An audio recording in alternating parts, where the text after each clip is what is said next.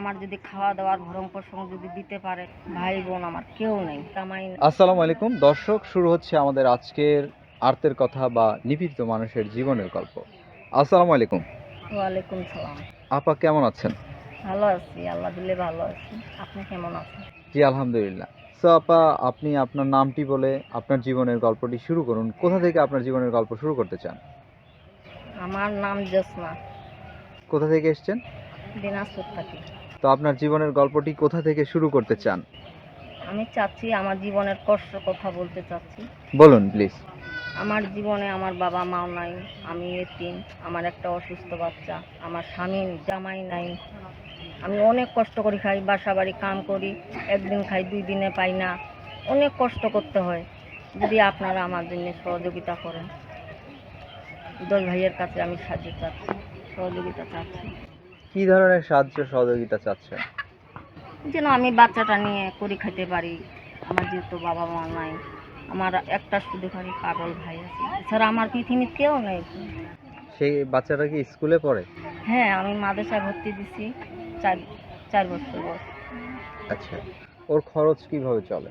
এই যে বাসা বাড়ি কাজ করি, আর যা পাই এখানটা দিয়ে বাসা বাড়ি কাজ করি, যা টুকটাক করি ভাই, বাচ্চাটাকে চালাই। এভাবেই জীবন? হ্যাঁ, এইভাবে জীবন। আর অনেক কষ্ট করি ভাই, আমার জীবনে অনেক কষ্ট। আমার জীবনে আমার জামাই নাই, কার নিয়ে আমি সংসার করি। তো আপনি কি শুধু অর্থ সহায়তাই চাচ্ছেন না আরো কিছু চাচ্ছেন?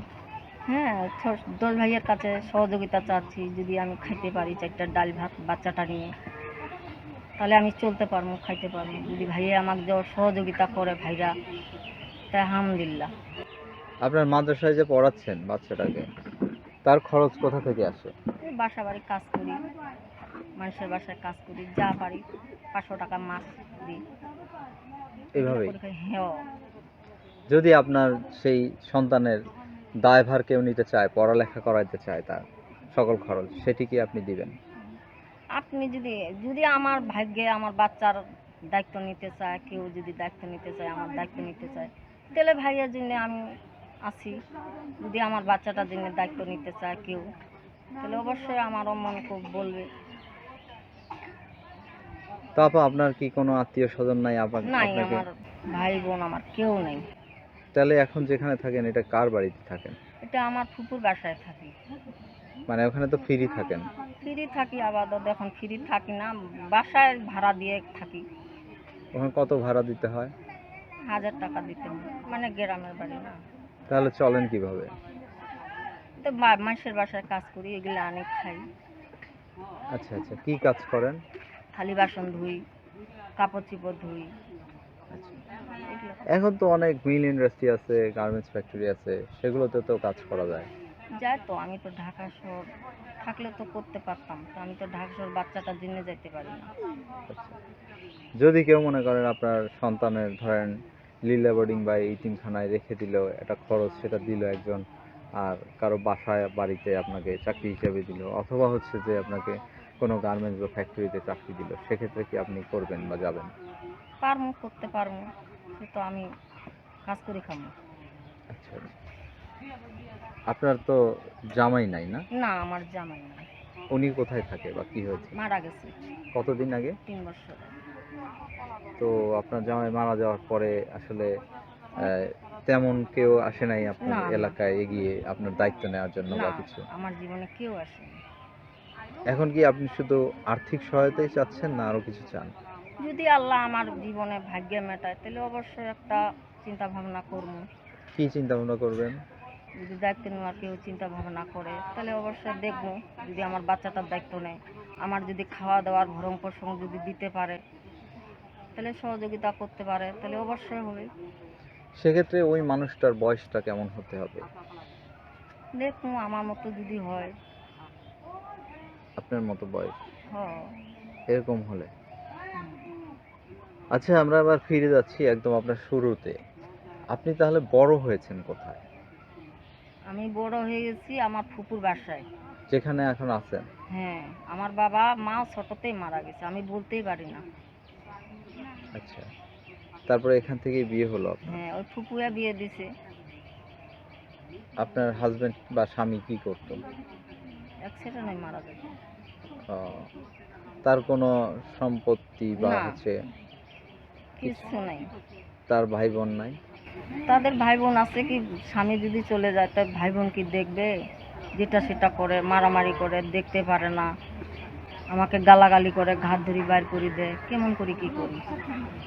না, তারপরে আরেকটা জিনিস হচ্ছে যে যেহেতু আপনার একটা সন্তান আছে, তাদের তো ওই সন্তানের দিকে তাকিয়েও তো আপনার কাছে এগিয়ে আসা উচিত। না, দেখতেই পারে না আমাকে। আমার অনেক কষ্ট হয়, আমি অনেক কষ্ট করি, আমি খুব জানি কিভাবে জীবন চলছে তাহলে এখন? এইভাবেই চলতে, আমি অনেক কষ্ট করি, আর কি করবো? আমার জীবনে অনেক কষ্ট, দেখাবার না, আমি খাইতে পারি না, চলতে পারি না, আমার শরীর স্বাস্থ্য কেমন হয়ে গেছে।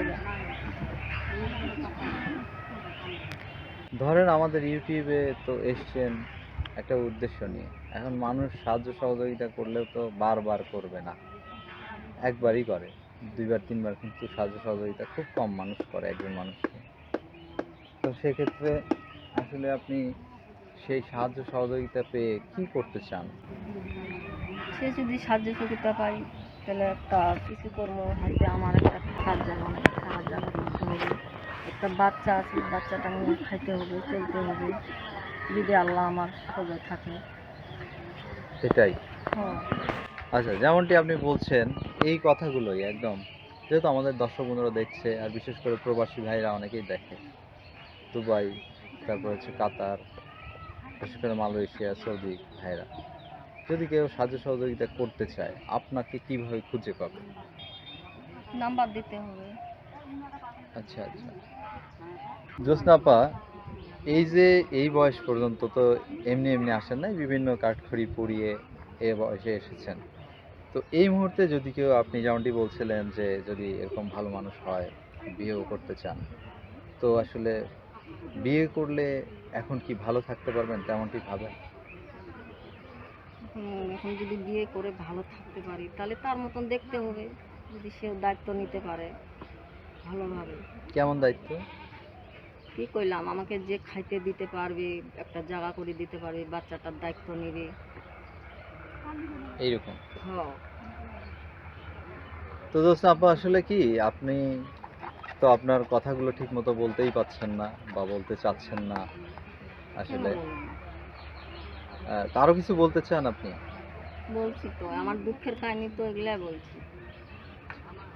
ঠিক আছে, আপনাকে ধন্যবাদ, ভালো থাকবেন, আপনার জন্য শুভকামনা রইল। আসসালামু আলাইকুম। ওয়ালাইকুম আসসালাম।